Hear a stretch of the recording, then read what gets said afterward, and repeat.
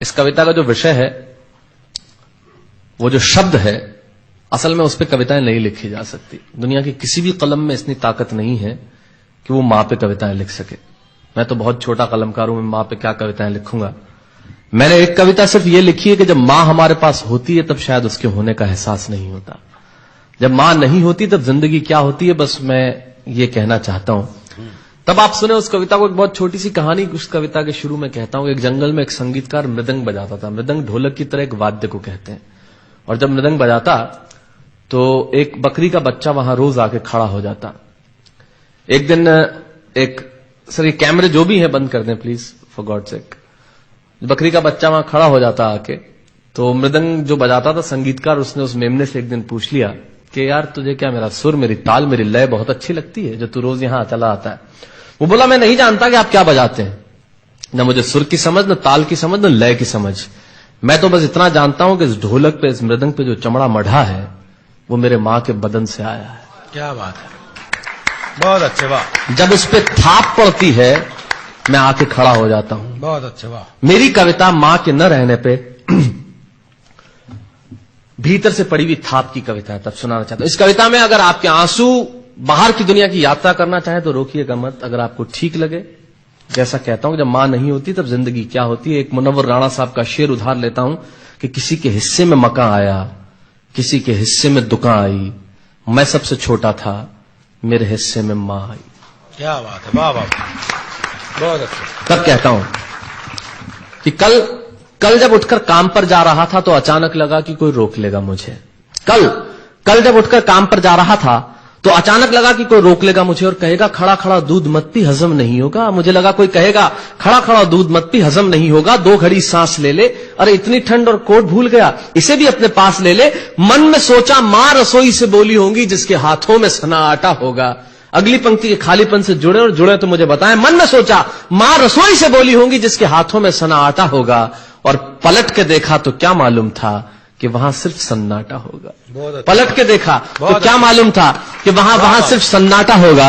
अरे अब हवाएं ही तो बात करती हैं मुझसे। जब कोई नहीं होता तब अंतरिक्ष बात करता है, निर्वात बात करता है, वैक्यूम बात करता है। तब कहता हूं अरे अब हवाएं ही तो बात करती है मुझसे। लगता है जब जाऊंगा किसी खास काम से तो कोई कहेगा दही शक्कर खा ले बेटा, अच्छा शगुन होता है। कोई कहेगा गुड़ खा ले बेटा, अच्छा शगुन होता है।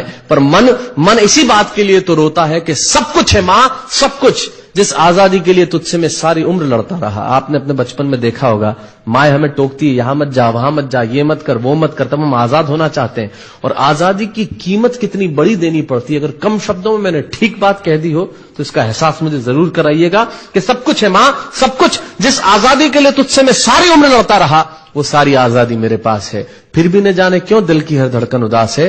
कहता था ना तुझसे मैं वही करूंगा जो मेरे जी में आएगा, और आज मैं वही सब कुछ करता हूं जो मेरे जी में आता है। बात यह नहीं है कि मैं जो चाहूं कर लूं, मुझे कोई रोकने वाला नहीं है। बात है तो इतनी सी कि सुबह देर से उठूं ना तो कोई टोकने वाला नहीं है। बहुत अच्छे, वाह वाह, बहुत अच्छे, वाह वाह वाह वाह। बात है तो इतनी सी कि सुबह देर से उठूं ना तो कोई टोकने वाला नहीं है।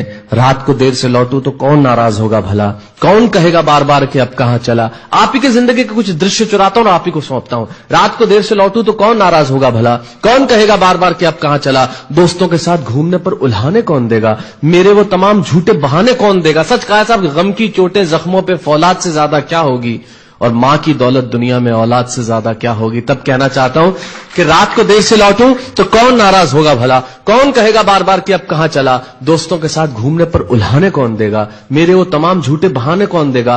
कौन कहेगा कि इस उम्र में क्यों परेशान करता है। हाय राम ये लड़का क्यों नहीं सुधरता है, पैसे कहां खर्च हो जाते हैं तेरे, क्यों नहीं बताता है। सारा दिन मुझे सताता है, रात को देर से आता है, खाना गर्म करने को जागती रहूं, खिलाने को तेरे पीछे भागती रहूं, बहाती रहूं आंसू तेरे लिए, कभी कुछ सोचा है मेरे लिए। खैर मेरा तो क्या होना है और क्या हुआ है, इस बुढ़िया का तो क्या होना है और क्या हुआ है। तू खुश रह लेना यही दुआ है, और आज तमाम खुशियां ही खुशियां। जीवन में जो सर्वश्रेष्ठ एक पंक्ति जो ईश्वर ने मुझे सौंपी वो मैं आपको सौंपता हूं। कहीं कोई कविता नहीं है, एक बहुत सामान्य सी बात जो बहुत सामान्य ढंग से मैं कह रहा हूं, लेकिन गेट सेट गो जो मैंने किताब लिखी, शायद हिंदुस्तान के पिछले 3 सालों में सबसे ज्यादा बिकने वाली किताब वो रही। 14 भाषाओं में उसका अनुवाद हुआ। वाह में मैं रोज टीवी पे बोलता हूं, मेरे लाखों लफ्ज कुर्बान करता हूं सिर्फ उस एक पंक्ति पे जो ईश्वर ने मुझे सौंपी, और कहीं कोई कविता नहीं है, आप ही का भाव आपकी उठा को सौंपता हूं और देता हूं, और जिस विश्वास के साथ मैंने लिखा उस विश्वास के साथ आपको देता हूं कि मेरा तो क्या होना है और क्या हुआ है, इस बुढ़िया का तो क्या होना है और क्या हुआ है, तू खुश रह लेना यही दुआ है। और आज तमाम खुशियां ही खुशियां, गम ये नहीं है कि कोई ये सब खुशियां बांटने वाला होता, पर कोई तो होता जो गलतियों पे डांटने वाला होता। बहुत अच्छे, वाह वाह वाह वाह, बहुत अच्छे, वाह। गम ये नहीं है कि कोई ये सब खुशियां बांटने वाला होता, पर कोई तो होता जो गलतियों पे डांटने वाला होता। और अंतिम पंक्तियां देता हूं कि तू होती ना तो हाथ फेरती कभी सर पर या हल्के से बाम लगाती, आवाजें दे देकर सुबह उठाती, दिवाली पे टीका लगाकर रुपए देती और कहती बड़ों के पांव छूना आशीर्वाद मिलेगा, कपड़े मत फाड़ना अगला कपड़ा अगली दिवाली को सिलेगा, बहन को सताता तो तू चांटे मारती, बीमार पड़ता तो रो रो के नजरें उतारती, परीक्षा से आते ही खाना खिलाती, पिता की डांट का डर दिखाती, फिर पिता की डांट से तू ही बचाती, इसे नौकरी मिल जाए, ये तरक्की करे, दुआओं में हाथ उठाती और तरक्की के लिए वतन छोड़ देगा, ये सुन के दरवाजे के पीछे चुपके चुपके आंसू बहाती। सब कुछ है मां, सब कुछ, आज तरक्की की हर रेखा तेरे बेटों को छू के जाती है, पर मां हमें तेरी बहुत याद आती है। बहुत अच्छा।